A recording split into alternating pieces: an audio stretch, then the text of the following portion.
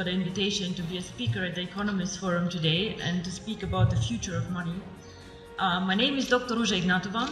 I hold a PhD in law. I have always been very interested in financial services and worked about 6 years with McKinsey in Eastern Europe, actually when the crisis hit us really, really bad. I was spending my time in Russia with Sberbank, and it was an interesting time.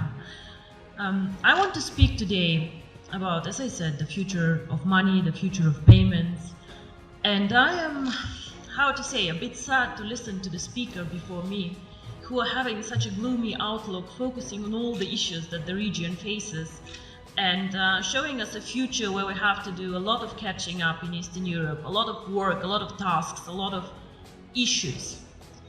So I would like to take a bit of a different approach. I would like to show people that Eastern Europe can innovate, that Eastern Europe can bring growth, that we are not just a follower country catching up, but actually that we also can show the world that we can do a lot. Our company, which is very young, 1.5 years old, actually writes history currently with cryptocurrency. OneCoin currently reached a market capitalization of $1 billion 3 days ago, which makes me extremely proud.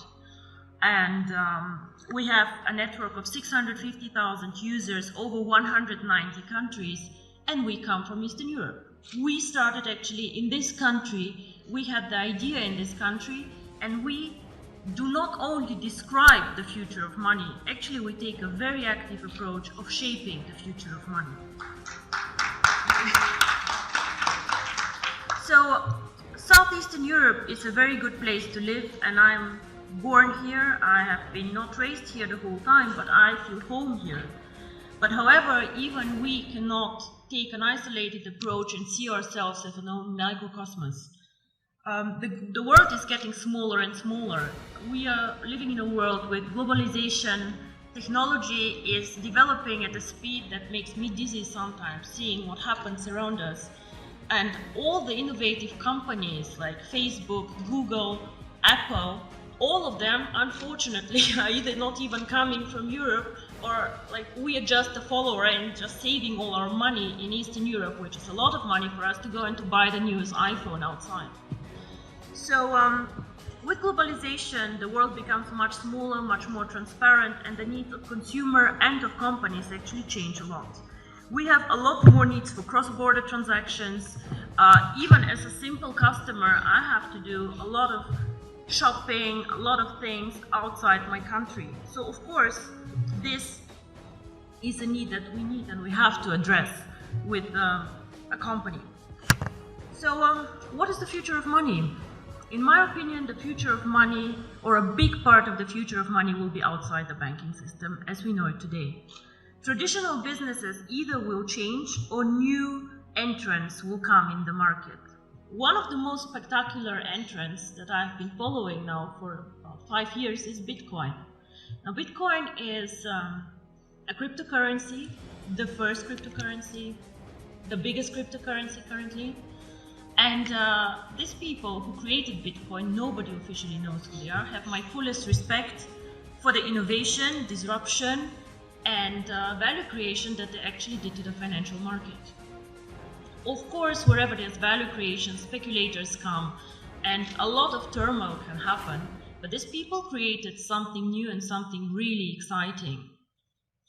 Bitcoin and the blockchain technology, which makes financial services independent from governments, independent from regulators even, and independent from banks as we know them, already starts changing the world we live in.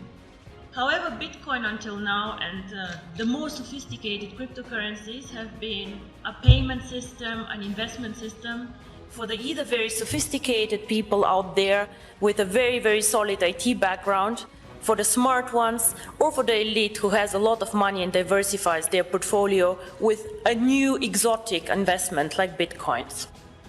The market is still not very big, with a market capitalization fluctuating between 2 and 3 billion, transactions happening every day about 200 million euro. So we still have a lot of potential to grow in the cryptocurrency market, but we see a start. So We have been, or are we still an emerging market? I'm not sure what is politically correct to say, but emerging markets are out there.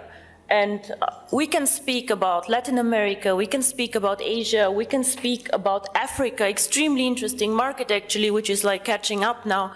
And we can speak about also the small Asian countries. In all these countries, we have an issue that we also had here actually, a lot of people who are underbanked, unbanked, or just forgotten by the big players. Why? Because they're poor, because they have needs that are not that interesting in the transactions, or simply because some of these people do not have proper documents. I have been in countries where people, every one of them has a smartphone, but has no proper ID card. So how do these people bank? I have been in Singapore and seeing Indian people working very, very hard to support families in India. How do these people send money to their families and to their loved ones? Remittance business in Dubai, all the Filipinos working there and pushing economy. What do these people do?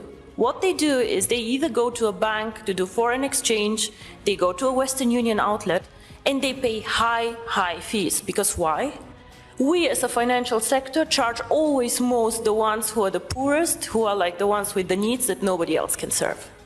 If you're an affluent customer, if you have a lot of money, the banks will fight for you, they'll give you cards for free, they'll do their best to make you happy. But the people out there, the mass customers, the ones who actually change the world, the ones who are working for economy, these people are underserved, underbanked, and I believe that cryptocurrency can change their life. And not only me, actually, I think Bill Gates believed the same and said that cryptocurrency can make a huge difference for emerging markets. So, what is really the future of money? I believe that if cryptocurrency is spread out there to the mass market, to people who can be made understand cryptocurrency, and as you say, cryptocurrency sounds very, very complicated, hidden, complex. Can I do it? If we manage to make cryptocurrency actually accessible to people out there who are smart enough to understand a smartphone, who are smart enough to move and to work in an Asian country, if we make it simple, we can become actually the next mass phenomenon, like Google, like Facebook, become a network of active users. Until now, cryptocurrency did not make the leap, in my opinion, because it is not user-friendly, because it's not easy to use for the mass market, and because people perceive it as very difficult. So the person or the company who makes it actually to make cryptocurrency easy to use, accessible in the markets that need it, and this is not the US, gentlemen, this is the emerging markets where people want to work with it, to use it. If we make cryptocurrency not only a tool for speculators and investors to make quick money, but make it usable, if we work on KYC, on documentation, on making it transparent and bringing cryptocurrency to the traditional world, with the regulators, by the way, the US actually government, 4 weeks ago, they said that cryptocurrency is actually in a status equal to commodities.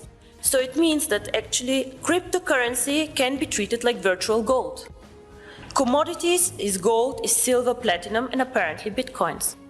So the future of money can be searched, I think, outside the banking system because we are still more flexible. We do not fight the issues that the banks have, and because we think that the next big thing is based on technology, on the internet, and on the network phenomenon that we see in all these big companies out there. I think if we manage to provide a consistent strategy, a case to use the currency, and an easy access, which is aligned with the regulators out there, transparent, safe, cryptocurrency can actually be one of the preferred methods of payment, and not only bank transfers, card transfers, and all the traditional ways that we deal money with.